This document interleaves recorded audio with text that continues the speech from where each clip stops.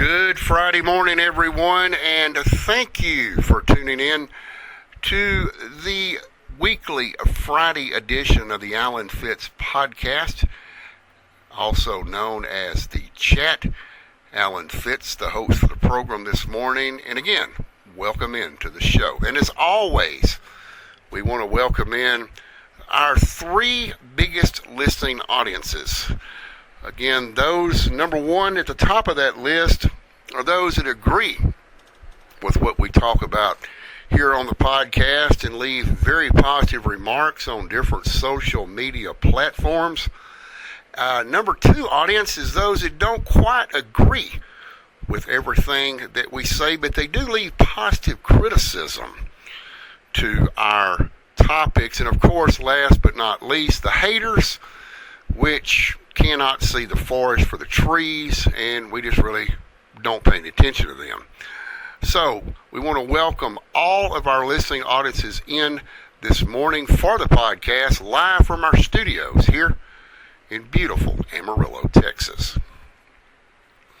Folks, we're going to step back in time, if you will, and we're going to talk about the internet and how the internet has basically changed our everyday lives. But before I get in to the topic, and a lot of you baby boomers, and I use that term a lot here on the podcast, because going back to when the internet was first created and came online, a lot of you will remember this.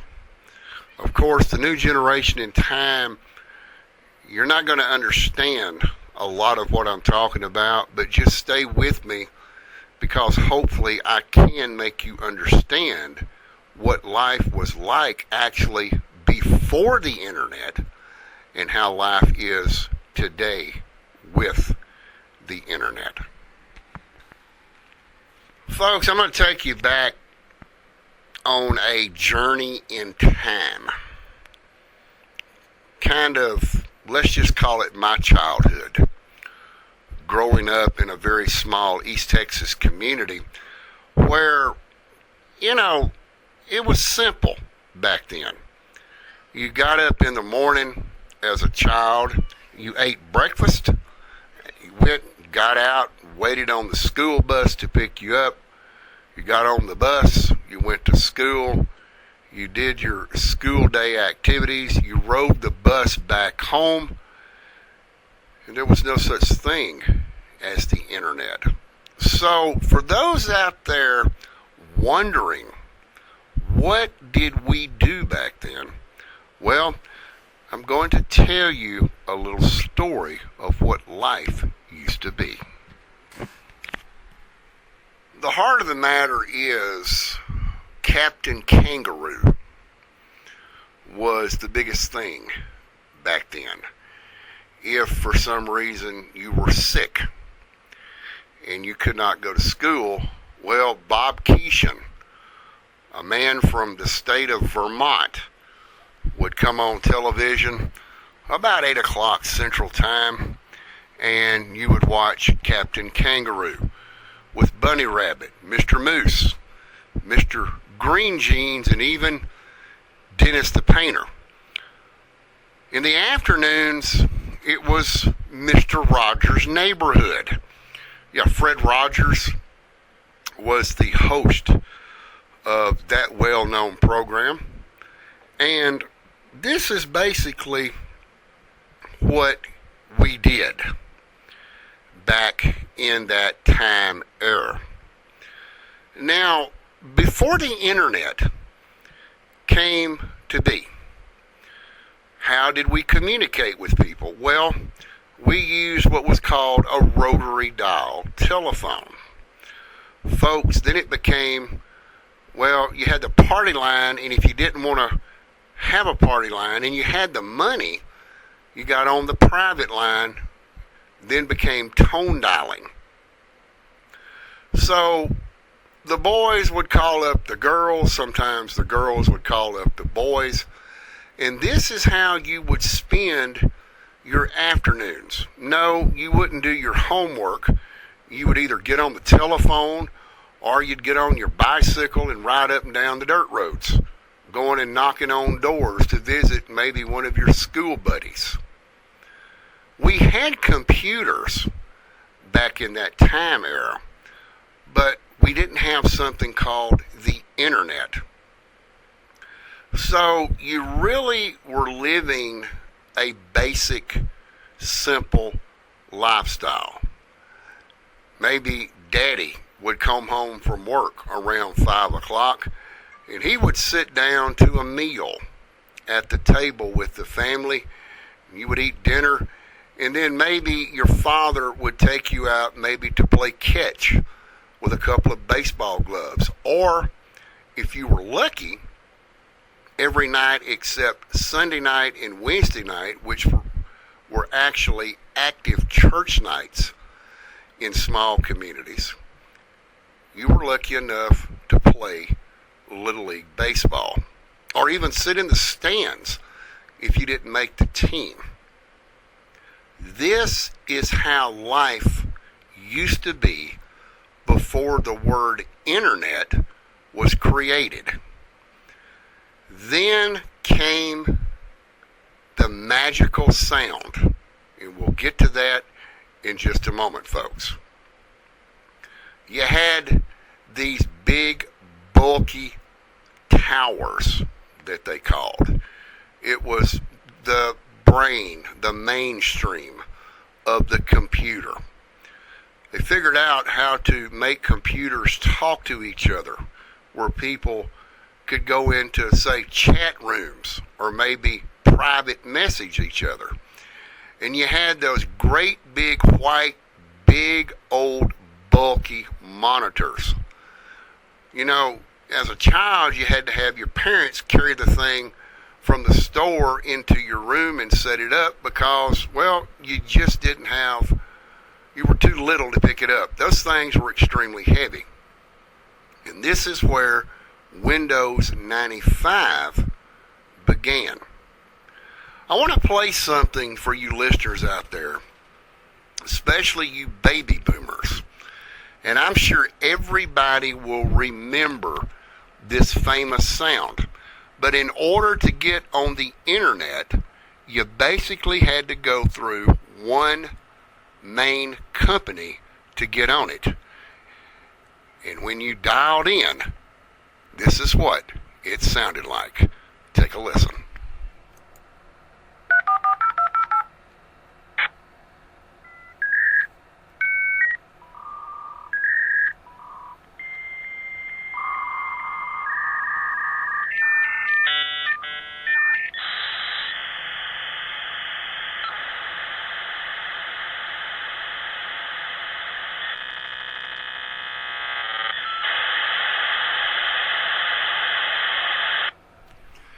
Yes, indeed.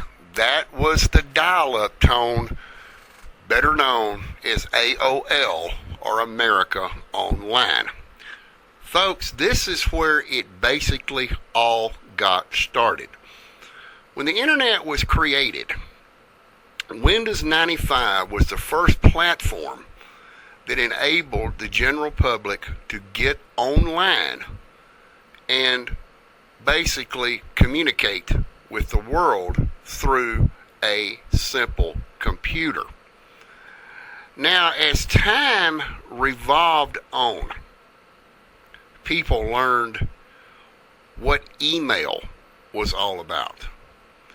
Most of the time, you didn't get to choose the ending name of your email address. For example, in today's time, you have many email addresses that you can choose from. But back in those days, it was really Yahoo Mail, because Yahoo was the major news source. And Yahoo, incidentally, for those of you that did not know this, was the first platform to create email in the United States. So basically, everyone had whatever name you wanted to use at the @ symbol, yahoo.com. You also had Hotmail that came out, well, a couple of years after Yahoo Mail came out. But I want to go back to that sound that you heard a while ago. This was the sign-on platform that you would use to get on America Online. And we went back and investigated the prices of dial-up internet back in 1995. You could simply get it for a whopping $9.95 a month. How many of you remember that? When the internet first made its debut here in the United States, the very first thing that you had to figure out is, in order to get on the internet, or as some people call the internet, you had to download the AOL dial-up app. Now, nobody back in this time era, and we're talking about 1995, nobody knew what an app was. Apps had really not been created yet like they are on cell phones, smartphones today. So you had to go to the AOL site, and you had to download their app onto your desktop computer. You had to go through a process of signing up, and honestly, folks, it's been so many years ago. Dial-up is the thing of the past now. Dial-up won't even work on today's computers. But you had to figure out how to register, and then you had to have a credit card to pay for the service. And back then, buddy, you would get 30 days of service, and at midnight your service would be cut off. There was no grace period with AOL. Now, later on in the years, and this was before the year 2000, or I correct myself, pardon me, it was after the year 2000. People began complaining that the rates of dial-up began increasing because you had Windows 95, and it stayed like that for a couple of years. Windows 97 came out, Windows 98, and then Windows 99. By the time Windows 99 had came out, well, you were looking at anywhere from $15.95 to about $19.95 a month just to get on the internet through the dial-up servers. And you really didn't have anything to choose from except AOL. Now, a little after 2000, NetZero came out. It was free internet, but it wasn't what people thought it was. It was much slower than the average paid dial-up platform of America Online. So as time went on, and we're backing up to Windows 95, folks, you had to figure out not only how to get online, but once you figured that out, then you had to turn around and figure out, well, what is email? You know, the term email began coming out. People began setting up email accounts and learning how to get through all of that mess. And it was complicated back then. I mean, nobody really knew anything about computers and the internet. So people were having to learn this on their own. And yeah, they had AOL for Dummies that you could go and view, but it was very confusing. It was very vague. They really didn't get to the point completely of exactly how do you use AOL dial-up, how do you set up your email address, and then the consumers out there, if you will, began flooding AOL and Yahoo itself because, see, you could put your name at AOL.com or you could go through Yahoo.com. Well, the problem with this was that nobody really knew what to do. So people naturally would call up customer service lines. And this is how, believe this or not, folks, why most your electronic businesses will not publish telephone numbers. They only want to deal with your business and your questions and your concerns through email. This is how all of this got started. So all the havoc was beginning wreaked, and as time went on, people began understanding more about the internet.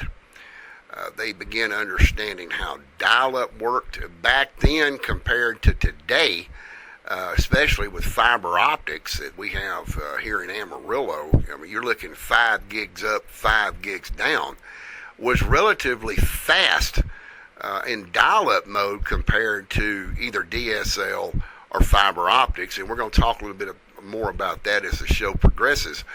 But it was an amazing thing that had been created. The internet came out. People began. Really, you only had one really platform that you could go to that would really give you what was going on in the world. That was Yahoo.com. AOL.com, as it is today, still does provide some news. But see, all of this was new to AOL, too. So, AOL out there was not really the news platform to go read. It was the dial-up platform to get on the internet. People began hearing about Yahoo. They invented the Messenger, and then came the chat rooms, which caused a lot of problems for people, and I'm going to get to that here momentarily. But after the year 2000, people pretty well, at the change of the millennium, where the new generation of time started, people began understanding more about the internet. They began understanding how to operate email, to download and send attachments, and whatever they wanted to do with that. But then more and more problems became relevant with the internet, and this is where Messenger got started with Yahoo. Now, Yahoo had created what was known as the chat rooms, and you could dial up again through AOL, but then you could go to Yahoo Chat and begin surfing the internet and getting into these, what was known as these chat rooms. Now, as time went on, people began learning these different codes that are used basically to attack software. This is where the term bots began coming out, folks. The bots would get into the chat room. These were computer-generated messages trying to lure people into clicking on links. And there were a lot of minors involved with the internet when it first came out. Children learning how to operate and surf the internet.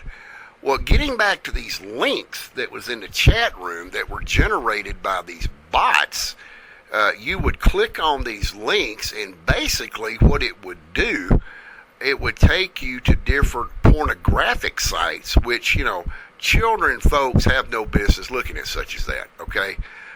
This is adult-themed material, and it began becoming an issue with the chat rooms. And this went on, actually, for years and years before Yahoo was finally forced to take the chat rooms down. And where all of this was causing a lot of problems, and I hate to admit this on this program, but, it is what it is. The truth is the truth.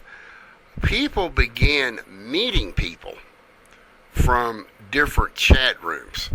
And whatever their reason was between them. A lot of it, and we've read a lot of articles on this, a lot of it was meeting up for sexual activity.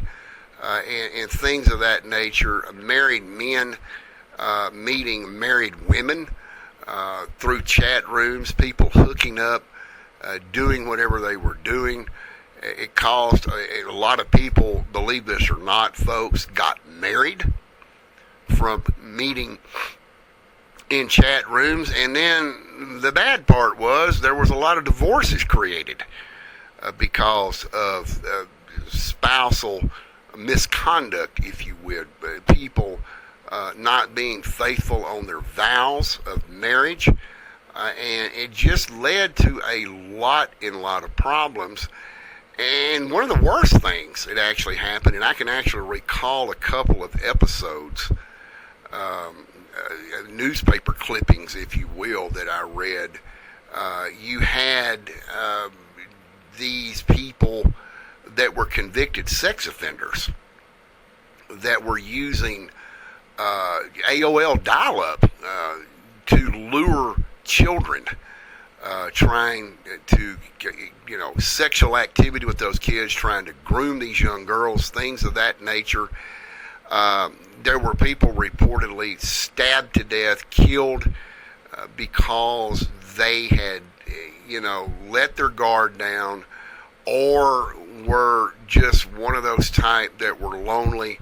And I'm basically referring to women because that's just the way it was. There were women out there that were lonely, whether their husband had passed away or whether or not they were recently divorced. They were looking to start a new life. They were looking to date again. They were looking to engage in sexual activity again. And they turned to the dial-up internet seeking a partner, if you will. And times were a lot different back in the mid-90s than they are today. But that's a different subject for a different show. Again, there were people, women were sexually assaulted. They were raped in certain cases. They were killed. This also went for very few cases of men out there who went through a fatal encounter with someone that they met on the internet. And the problem was, in the chat rooms, you could be whoever you wanted to be because you were sitting in the privacy of your own home. You were looking at this big old bulky heavy monitor and your keyboard and mouse in front of you. Some people kept their CPUs, which is the central processing unit, or the tower, as we call it today, on the table or desk next to the monitor, or they set it down on the floor and pulled the blinds, and they basically had the world at their hands to say whatever they wanted to say. A lot of it was people being truthful. A lot of it was people being a little bit promiscuous, if you will, and a lot of it had to do with sham and scam. I remember years and years ago, and I've actually, spoke to people, engaged in conversation in Yahoo Chat back when it was active, and it was one of the grandest things that you could ever experience until the bots took it over. But people would use fictitious names in here. They would, and back then, if I may add, when you had Yahoo Messenger and you were able to access the chat rooms, you had a profile that you could fill out. This profile, you could put your real name, you could put a fictitious name, you could put up a fake picture, which a lot of people in the beginning research showed that they were being truthful, but as time went on and these bots became very active, sending these links out into the chat rooms, which was basically distributing pornographic material without any kind of filter. They didn't have any law back then that AOL or Yahoo Chat implemented to the user of the room. I mean, you could be 10 years old and you could create your own profile and get on the internet and click on these links and look at all this sexual activity, photos, triple X material, things of that nature. That law was not passed until later on. By that time, the bots had been eliminated. Yahoo Chat had been shut down. They could pass all the laws that they wanted to, but Congress and the lawmakers in Washington, D.C. finally realized that passing these laws was not slowing anything down. And more minors, if you will, or people that are drawn into the pornographic world with underage children were getting on these chat rooms, creating these fake profiles, and the next thing you know, children are being abducted, women or children are being raped. There's all kinds of pornographic stuff spilled out all over the internet about what has happened to little Susie or little Jane or little Nelda or whatever their name was. And they finally, the laws had gotten so strict that it shut down a lot of this illegal activity that was going on in these chat rooms. And then the chat rooms were shut down because the laws had gotten so strict that they knew that they had to regulate this somehow, some way. There was a rise in domestic violence also when these chat rooms were being implemented and being used and being abused by male predators and even female predators. So when chat finally ended, people were still dealing basically with slow internet, and as computers began to evolve and the memory in computers began to change, they couldn't keep up with the demand. People wanting to surf faster and faster. So Southwestern Bell Telephone, and this was commonly referred to years and years ago as Ma Bell, came up with an idea that could speed up internet signals through the phone lines.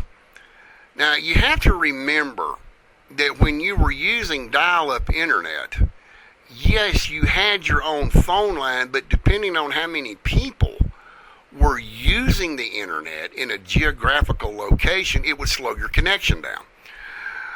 So, Southwestern Bell Telephone was one of the first companies across the United States that implemented what was called the Dedicated Service Line, or for short, DSL. And basically what this did, it only replaced dial-up, but it did increase the broadband speed of your computer. Now, your computer can only run so fast depending on the RAM and the memory and all that good stuff.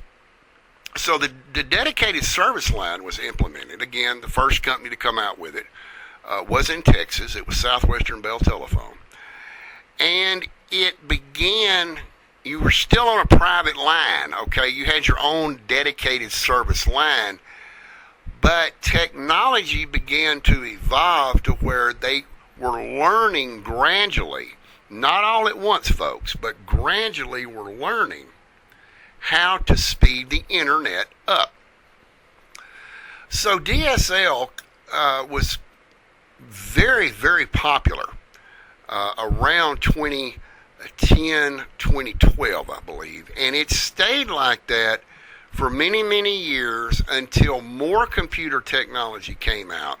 And finally, it went to a higher broadband speed, and fiber optics, as we know it today, were created. But getting back, to go back to 1995 versus, and I'm about to get into what it's doing to us today, people were looking forward to getting off work, going home, and powering on the computer and doing whatever they were doing, whether it was checking their email or simply, which most people did, and we have the numbers to confirm this, they basically went to the chat rooms. They wanted to talk to different people. They wanted to talk to people all over the world, and it began to evolve all over the world, folks. And I can remember times that I was talking to people over in the Philippines.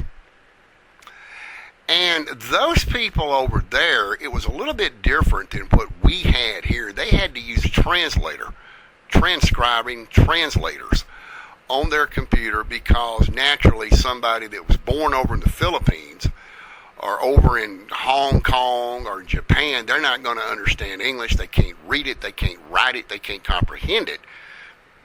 So they had to have a transcriber put on their computer.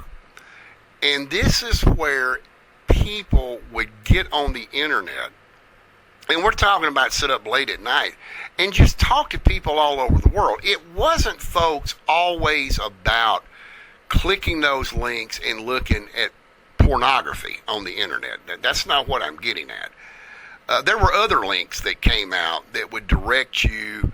There were sponsorships that were formed during the dial-up days. And a lot of it was AOL itself. Some of it was Yahoo. But NetZero had came out. And as I said earlier, this was a free provider, but it didn't provide you with the same speed as the regular AOL dial-up did. It was a little bit slower, but it would finally get things done. During this time, as I was talking about, people would get off work, they would get on the internet. They were also learning the world of downloading images. This is where the PIC term began used, short for picture, and this is where JPG, JPEG, GIF, and TIFF files, all of this was being created all at once, and people were learning how to download and how to send messages to people, send photos to people. Maybe someone here in Amarillo wanted to send their parents a picture of maybe their 18th birthday party, what it actually looked like, because it was too far for somebody to travel for that. So they would take pictures and they would download those pictures into their computer, and they had to learn how to do that too, folks. And they would learn to upload those pictures as attachments, and then they had to learn how to send. And it's way different back then than it is now, especially for instance, we're on fiber optics where I'm recording this podcast now, and boom, you click send and it's done. Well, back in those days, you had to wait, depending on the size of the picture, you may have to wait 3 or 4 or 5 minutes. But people were more patient back then with the internet because it was a learning tool to them, unlike it is today. And this is where it's going to bring me to the subject on the podcast of how the internet has changed us. Unfortunately, as speeds have become faster, broadband has become made available according to a law passed by former President Barack Obama. People still use the internet in everyday life. A lot of it nowadays is job related, but you still have those that get off work. You have those that will go into pornographic sites and look at that forever how long they look at it until they get tired of looking at it. You have people that will get off work, bring work home to them, and finish their work through their computer, logging into their company computers, or whatever the case may be. During all this time that computers are getting faster and faster, cell phones break out. A lot of you will remember when they first came out, if you had the money, you had them in your vehicle, and they had that long Motorola antenna on them. Then became the magnetic mounts, like you see with ham radio operators nowadays. Well, smartphones eventually came out, which actually took away from most landline services in home residences. A lot of people don't even have landline telephones anymore because they're higher than they've ever been, and the cell phones are a lot cheaper. And with cell phones, you don't have anything called long distance. You don't have to dial one. And the list goes on and on. But the point I'm trying to get at, folks, is that this is the new generation of time that I'm getting involved in this with. The older generation prior to the year 2000, yes, you still have some people that rely on the internet. And a lot of that is nothing more than Facebook. Maybe someone comes home to get on their computer and they log into Facebook, which is a very, very well-known platform that friends can chat with each other and things of that nature, send photos back and forth. It's not like it is today.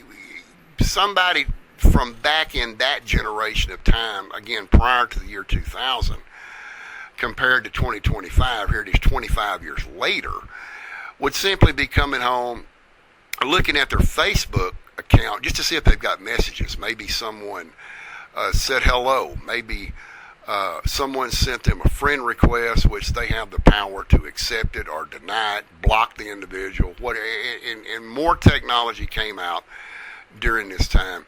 But the older generation, the baby boomers, are not really spending that much time on the internet. It's this new generation, this younger generation that we have. And how it's changed our lives, it seems like everywhere you go. And I don't like bringing up Walmart on this program simply because people go to Walmart and are slouchy. They don't know how to dress. People walking around in Walmart in pajamas and flip-flops. That's a place of business. That is inappropriate, ladies and gentlemen. But we'll use Walmart as an example. Let's say that you're standing in line waiting to check out the goods that you have in your buggy, your merchandise. And you're waiting on this person in front of you to insert either their debit or credit card and pay for their merchandise and get out of the way. But yet what you're seeing is someone rapidly texting on their cell phone. It seems like everywhere you go nowadays, you cannot look up or in any particular direction, you're going to see somebody that's on their cell phone. And I'm not necessarily talking about talking on their cell phone. They are engaging using data to either send email, to text someone, or they're just being a nuisance. Maybe texting their own self a message to remind them of something. It seems like from 1995, and here we are, 051525, 30 years later, that certain type of people cannot go one day without having to be on their cell phone, texting someone, checking their email, or downloading some type of app and getting in the way of someone trying to conduct their business. I'm not saying that these people are in the way all the time, but there's a time and a place, folks, for everything to take place. standing in line in Walmart. And again, I hate to bring Walmart's name into any podcast I do. Simply, like I said earlier, because of the slouchy, slobby people that dress that go in there. But you cannot go down one aisle in Walmart. Somebody is standing in the middle of the aisle with their back towards you, in the way, texting or playing on their cell phone. What would happen to today's society? Oh, folks, I want you to ask yourself this question. What would happen in today's society, today's generation of people, if the internet and cell phones went completely dead and obsolete? Think about it. What would these people do? These people would be lost. And when I say lost with a capital L. L-O-S-T. Completely lost. The new generation of time, this is how they grew up. This is all they know. All they know is a cell phone, a smartphone. You're not going to catch a 18-year-old male or 18-year-old female with a flip phone that you see on these television commercials, consumer cellular, with elderly people. Some elderly people are not concerned about all that new technology. They don't understand it. They don't want to understand it. They don't want to even own the phone. So what do they have? They have flip phones. They keep it basic. They keep it simple. This new generation of time we live in, they don't know what basic and simple is, folks. They have no earthly idea. So every time you look up, you see one of these younger generation people, and we're talking 18, 19, maybe 20 years old. What are they doing? They're on their cell phone. They are constantly on their cell phone. It got so bad last legislative session down in Austin. Lawmakers down there got together. They got a bill passed through the House and the Senate and all the subcommittees. Governor Greg Abbott signed it. Cell phones in schools in Texas have stopped. Why? It's because it's all these kids know to do. They think it's cool to be on a cell phone. They're trying to impress their peers of their age. Well, I've got a brand new Apple. Now I'm somebody. So I'm going to stay on it all the time. I'm not going to do my schoolwork. I'm going to stay on it in class. To hell with getting an education. I'll get out of school and go to work for a major computer corporation. I don't need an education. I can get my education from texting, say, my girlfriend or texting my mother. Where is this coming from, ladies and gentlemen? It's coming from they don't know any better. This is the way that they're raised. They don't understand what basic and simple is. I'm going to get a little bit off subject here, but I'm going to tell you something that you may not realize. And I go back in time, okay? I've earned the respect and the title of the word elder, okay?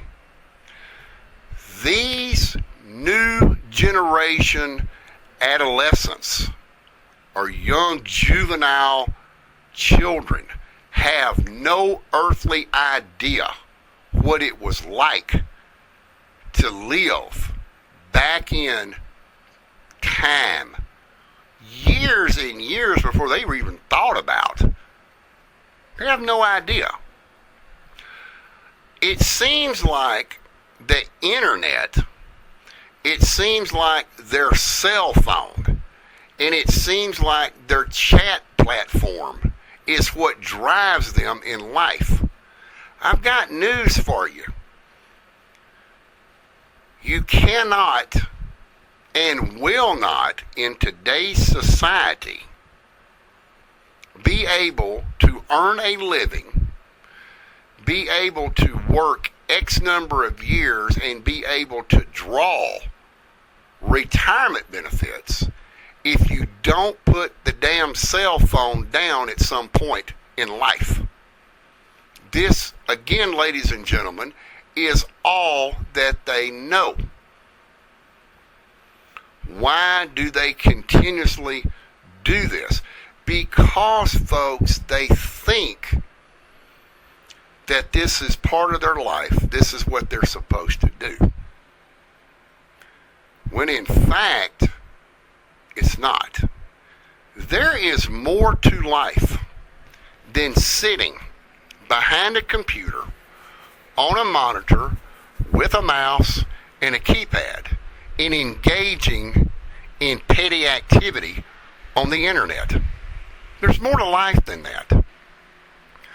In today's society, we call it a job. How many of you old-timers out there remember telling your children when they graduated high school, they didn't have, now you have to remember, they didn't have a cell phone, they didn't have a computer, and we didn't even know what the internet was because it hadn't been invented yet. How many of you remember telling your kids, you need to get out and find a job? And I'm going to tell you why those parents were saying that. Parents didn't always come out, folks, and tell you every little thing. And I'll give you a quick example before I get back on this. When you were in grade school, you were told that 0 meant nothing. What your homeroom teacher did not tell you is when you get up later in life, the more zeros you have, the better off you are.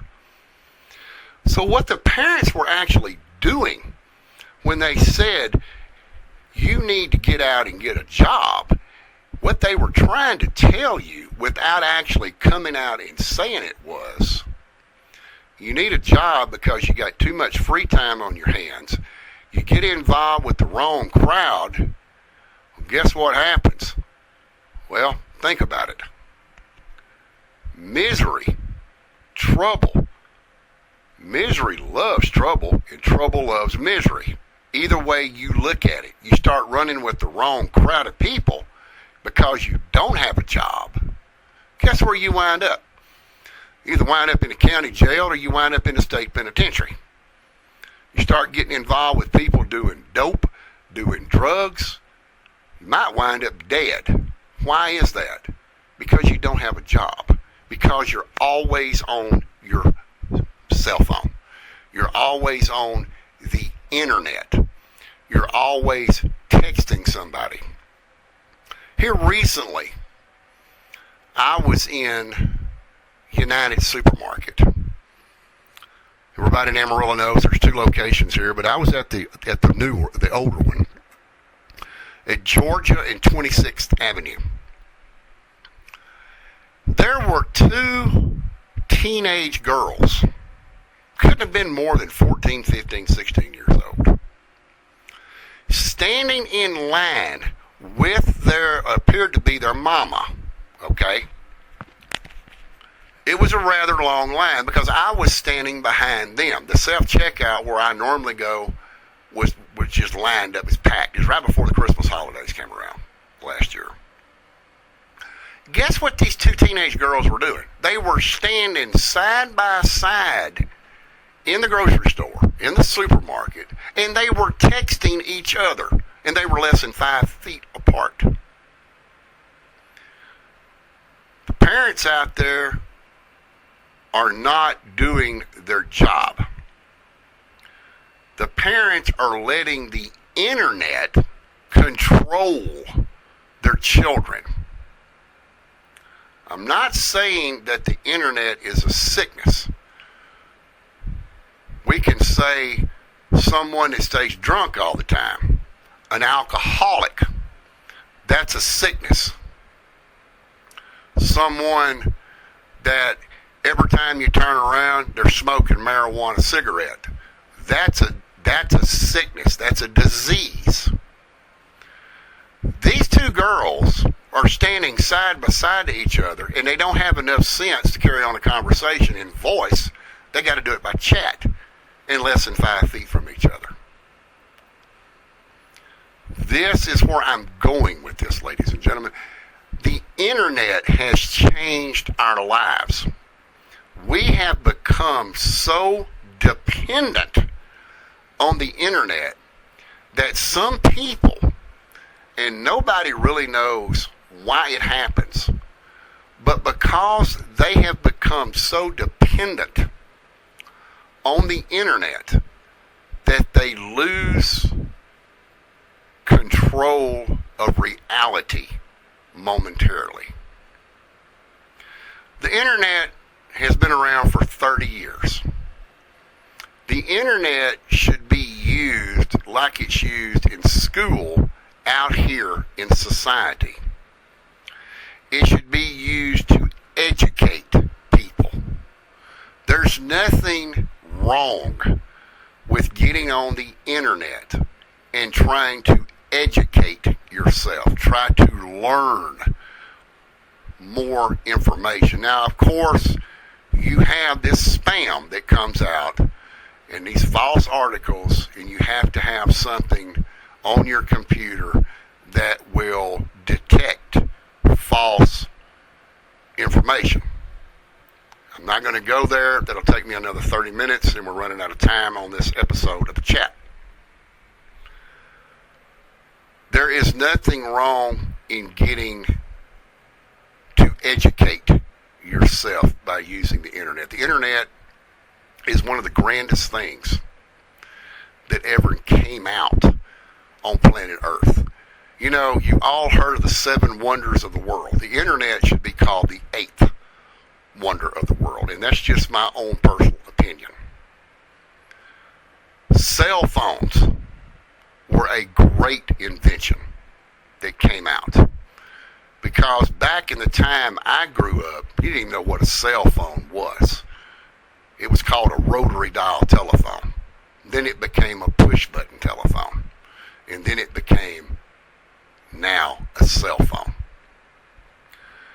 But people back in the earlier generation of time, and we're talking about people back in my age bracket, the time that I grew up, they quickly understood that you can't stay on a cell phone all the time and get anything done. Okay? I knew a man years and years ago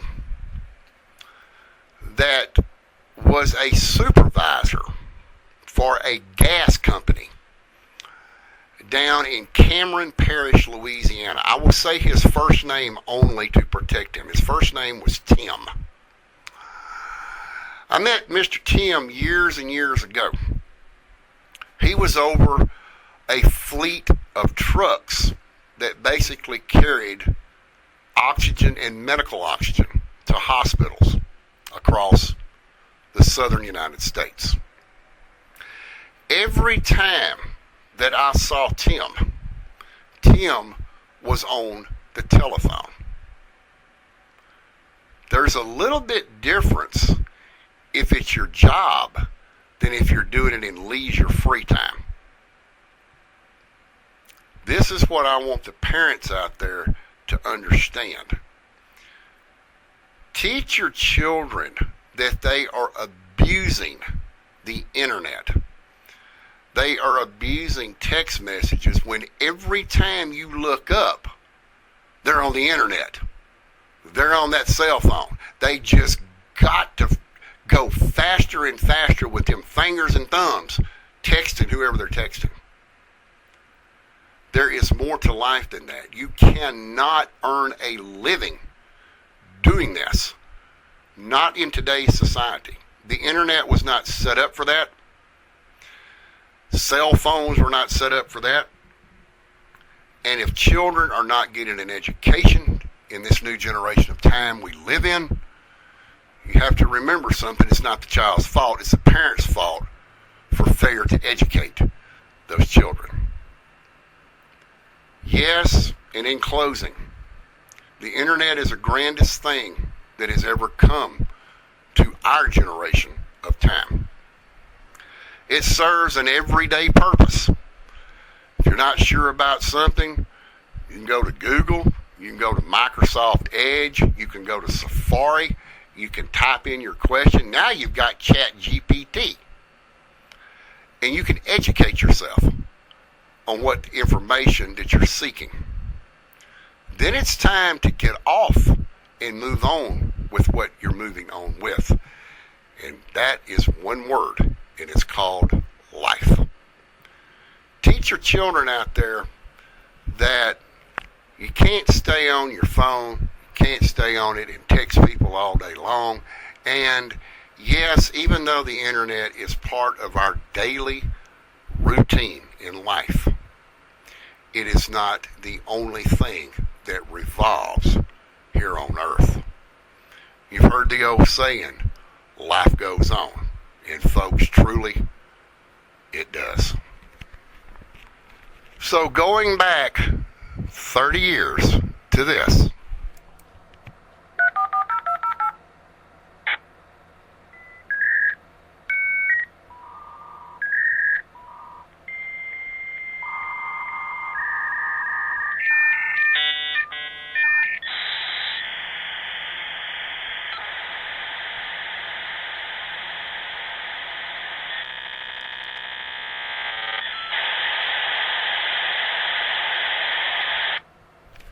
and what we have in today's society is a thing of the past. You have to roll with the flow in today's time because dial-up no longer exists. That's going to wrap it up for this edition of the Alan Fitz Podcast, aka The Chat. Thank you for tuning in. You can go to our YouTube channel, youtube.com/@AlanFitz podcasting this upcoming Monday to learn what the next topic will be for the podcast. You can also get more additional information at my personal website, alanfitz.com.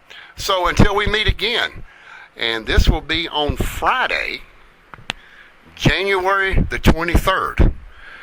As always, have a great weekend, and I'll see you back then.